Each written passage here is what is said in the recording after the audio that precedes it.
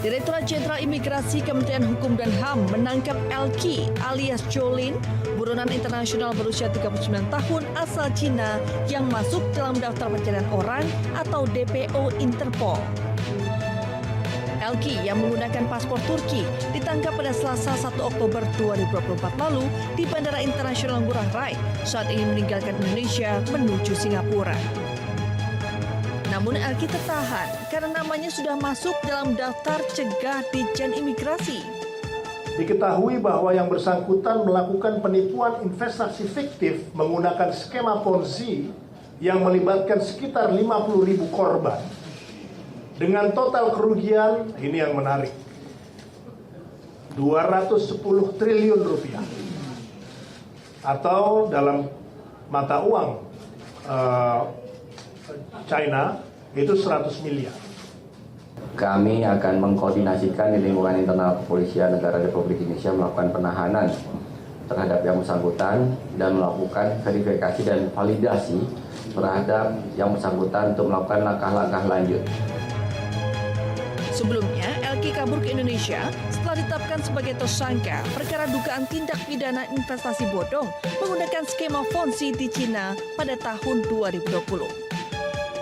Elki secara ilegal mengumpulkan lebih dari 100 miliar yuan atau sekitar 220 triliun rupiah dari lebih dari 50.000 orang dengan janji palsu, pembayaran pokok, dan bunga pengembalian tahunan yang tinggi sebesar 6 hingga 10% sebagai umpan. Dari Jakarta, Anggita Maura, Dipo Andi Muharram, iNews melaporkan. Kapal yang Seng 6 yang dibakar di Laut Batam secara tidak sengaja dalam perjalanan di lautan perikanan bersama rombongan dari Batam ke Pulau Lipa. Dua kapal penyedot pasir laut atau dredger raksasa dengan muatan 10.000 meter kubik pasir laut ditangkap prajurit TNI AL dan Dirjen KKP di perairan Laut Batam, Kepulauan Riau. Dua kapal penyedot pasir laut yang ditangkap yakni kapal Yangchen 6 dan kapal Yosun 9. Menurut nahkoda kapal Yangchen 6, pasir laut ini akan dibawa ke negara Singapura. Kapal penyedot pasir laut ini sekali sedot 9 jam bisa memenuhi isi palka yang muat 10.000 meter kubik. Satu trip perjalanan memakan waktu 3 hari. Grup perusahaan penyedot pasir laut ini mempunyai armada 10 kapal yang bertonase di atas 8.000 sampai dengan 10.000 gross ton.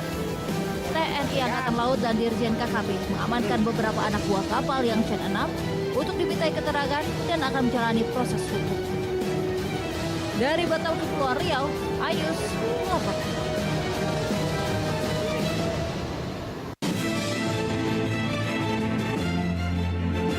Artis Sandra Dewi menjadi saksi dalam sidang tindak pidana korupsi atau tipikor dengan terpidana suaminya Harvey Muiz dalam kasus suap tambang timah yang merugikan negara 271 triliun rupiah. Dalam persidangan itu, Sandra Dewi sempat protes terkait 88 tas bermerek yang menurutnya tak terkait kasus suap timah yang menjerat suaminya.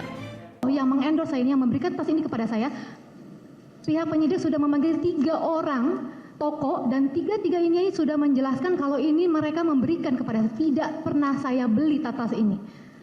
Memang ini adalah suatu berkat untuk saya karena saya suka tas dan toko-toko ini juga senang mengendorsanya. Begitu juga emas. Sandra menjelaskan tas mewah yang disita itu bukan dari pemberian sang suami Harvey Muiz. Tas-tasnya diterimanya dari kegiatan endorsement selama karirnya.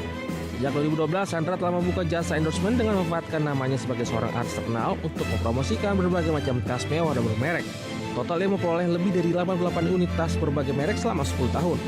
Sandra juga meminta hakim adil dalam menyidangkan kasus ini. Nenek moyang saya ini sudah menambang timah ratusan tahun yang lalu. Kolong-kolong timah ini sudah ada lama sekali. Dari saya waktu datang ke Jakarta sudah ada kolong-kolong bekas timah ini. Apakah adil disalahkan kepada kerjasama yang hanya 1,5 tahun antara swasta dan juga PT Timah? Selain tas, Sandra Dewi juga mempertanyakan sejumlah emas miliknya yang disita. Ia menyatakan emas yang diberikan Harvey Muiz hanya cincin kawin dan cincin pertunangan. Sisanya merupakan hasil jeripayahnya selama bekerja. Di Jakarta, Nisa Syahid, Zulkarnain melaporkan.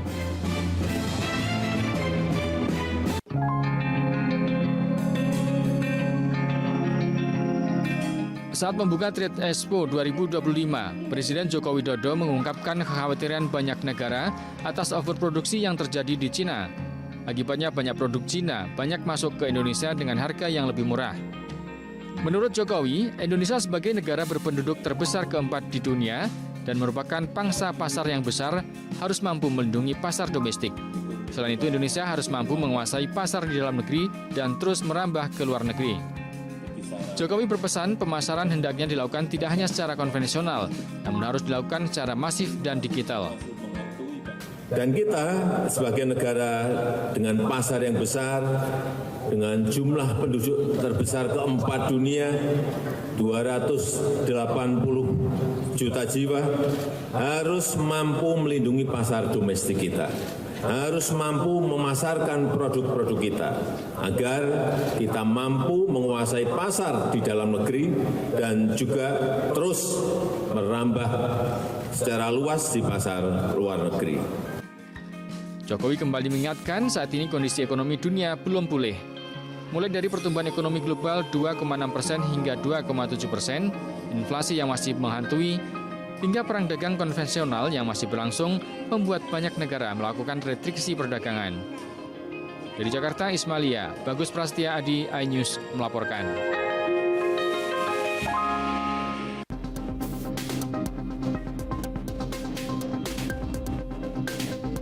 Ratusan nasabah korban investasi bodong datang sambil berteriak mendatangi rumah Fatikah di Desa Karangrejo Gempol, Pasuruan, Jawa Timur.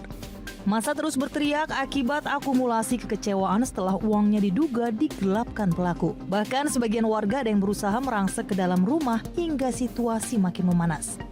Beruntung aksi ini bisa dihalau petugas. Korban nasabah umumnya menanamkan uang dari puluhan ribu hingga jutaan rupiah. Namun jika dijumlahkan nilai investasi yang masuk pelaku mencapai 1 miliar rupiah.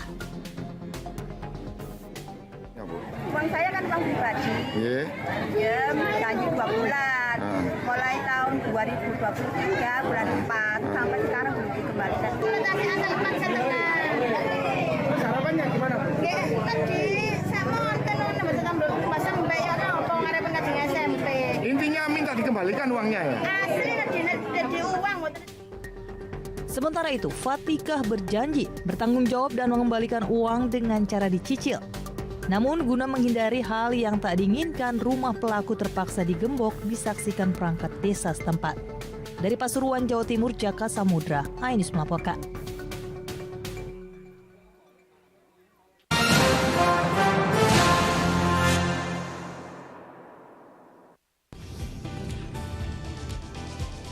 Atika Hasiholan yang lagi seneng banget karena ibunda Ratna Sarumpait akhirnya bebas bersyarat. Kali ini Ruben akan melaporkan oknum yang dianggap menghina Betan dan Thalia Onsu. Digelar di kediaman Jennifer, pasangan ini sampai merogoh kocek ratusan juta rupiah demi menggelar pesta meriah.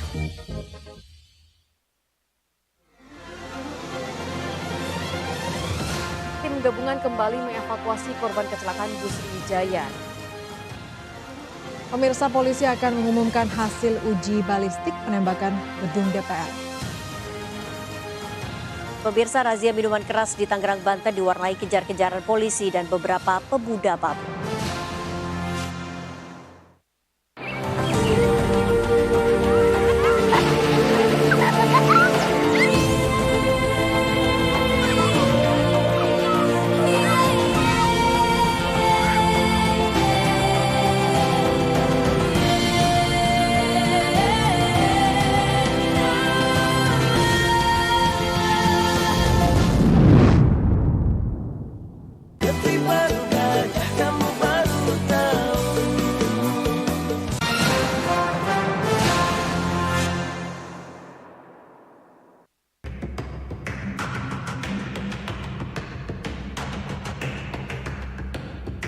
Dari foto yang beredar, Presiden Jokowi dan Presiden terpilih 2024-2029 Prabowo Subianto bertemu sembari menyantap makan malam.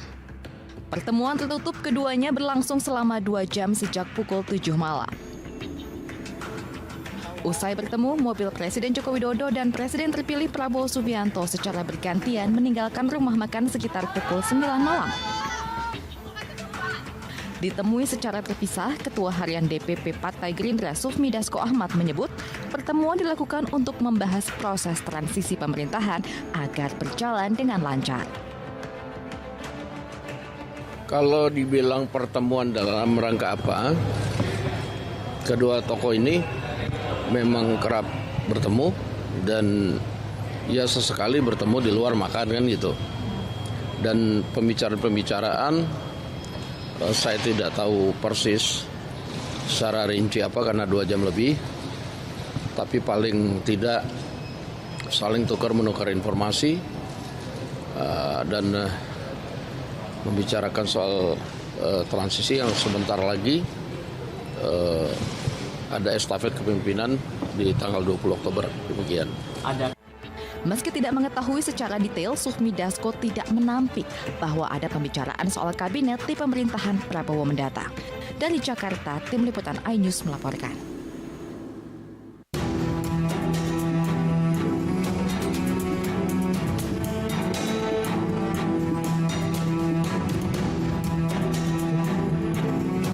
Sepuluh hari jelang pelantikan Prabowo Gibran sebagai Presiden dan Wapres RI, susunan kabinet pemerintahan baru menarik untuk disimak. Baru-baru ini, Presiden terpilih Prabowo Subianto membocorkan mengenai susunan kabinet di pemerintahan dirinya bersama Gibran Rakabuming Raka. Prabowo mengatakan di pemerintahannya nanti akan ada banyak menteri dari kabinet Jokowi. Dalam transisi ini merasa sangat dibantu, sangat didukung oleh Pak Jokowi dan timnya. Bahkan dalam saya menyusun kabinet, kok saya melihat banyak juga ya menteri-menteri yang akan datang, ya banyak juga yang berada di kabinet yang sekarang begitu. Bukan apa-apa, tetapi saya lihat adalah begini. Pada ujungnya, setiap penerima mandat dari rakyat memikul tugas dan tanggung jawab yang tidak ringan. Dan karena itu, sama kalau kita mau menyusun dan memilih tim sepak bola, tim nasional sepak bola, yang dicari adalah pemain-pemain yang terbaik. Kita tidak memikirkan orang tuanya siapa, agamanya apa, sukunya apa, rasnya apa. Dia mampu atau tidak, dia bisa atau tidak, dia berjuang atau tidak, mampu nggak dia deliver, mampu nggak dia berbuat yang terbaik untuk bangsa dan rakyat. Nah, itu yang kita cari. Dan Pak Jokowi demikian, mencari yang terbaik, saya pun demikian. Dan kalau kebetulan orangnya masih bagus, pasti kita akan minta untuk ikut lagi. Prabowo juga tidak menampik adanya isu bahwa kabinet di eranya nanti bakal gemuk. Menurutnya, kabinet gemuk sebagai hal yang lumrah, lantaran Indonesia merupakan negara yang besar. Sebelumnya, Wakil Presiden terpilih Gibran Rakabuming Raka menyebut penyusunan kabinet sudah hampir 100%. Gibran juga memastikan dirinya ikut andil dalam penyusunan tersebut. Mas Gibran, sedikit dong Mas soal isu kabinet Mas.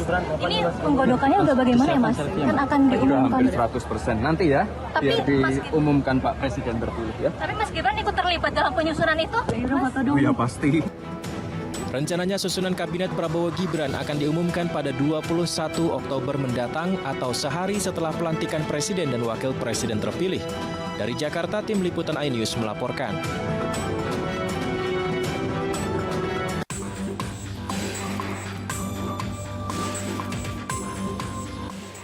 EDW pelaku pencabulan terhadap anak di bawah umur ditangkap Polsek Gamping, Yogyakarta.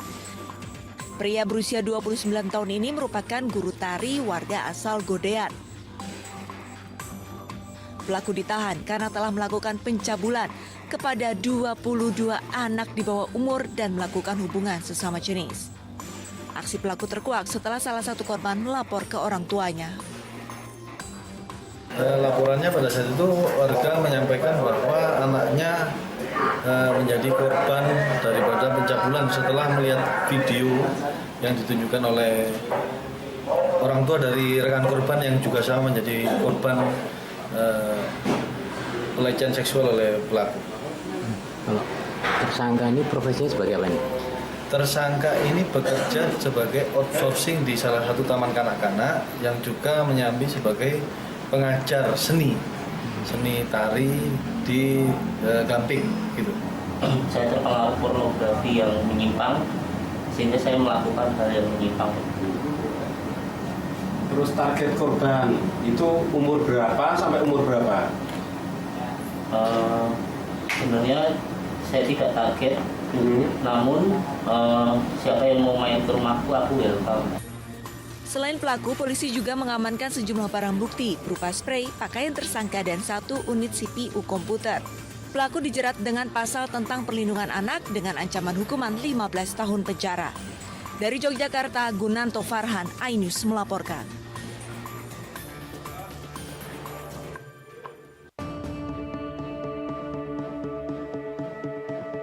Sempat mangkir dari panggilan penyidik Polda Jambi, 2 sejoli pemeran video asusila yang sempat viral di Jambi akhirnya diperiksa tim Subdit. Sebelumnya keduanya dilaporkan setelah video asusila yang diperankan keduanya viral di media sosial.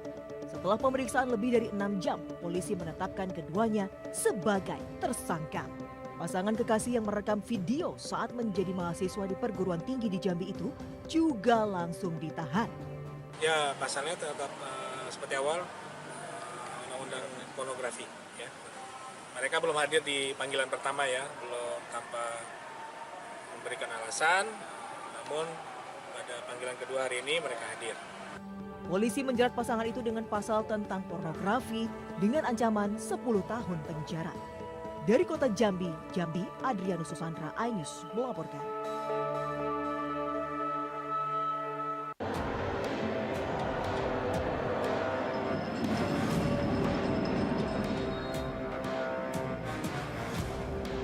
Akun Instagram Ahmed Alkaf, wasit kontroversial yang memimpin laga Indonesia kontra Bahrain, hilang dari peredaran. Akun yang memiliki 17.000 followers itu sudah tak bisa diakses.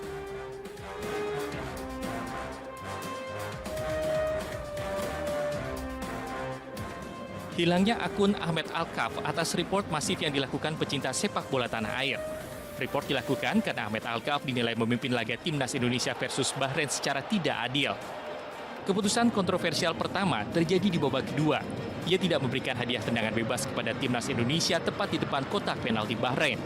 Padahal dalam siaran ulang terlihat jelas pemain belakang Bahrain menjegal Rafael Strike.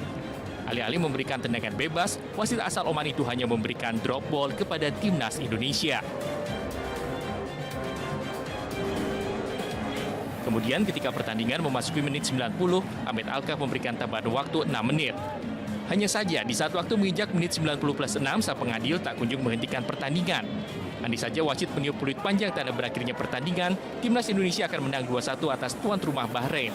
Akan tetapi wasit membiarkan pertandingan terus berjalan sampai akhirnya Bahrain menyamakan kedudukan lewat sepakan Mohamed Marhon pada menit 90+9.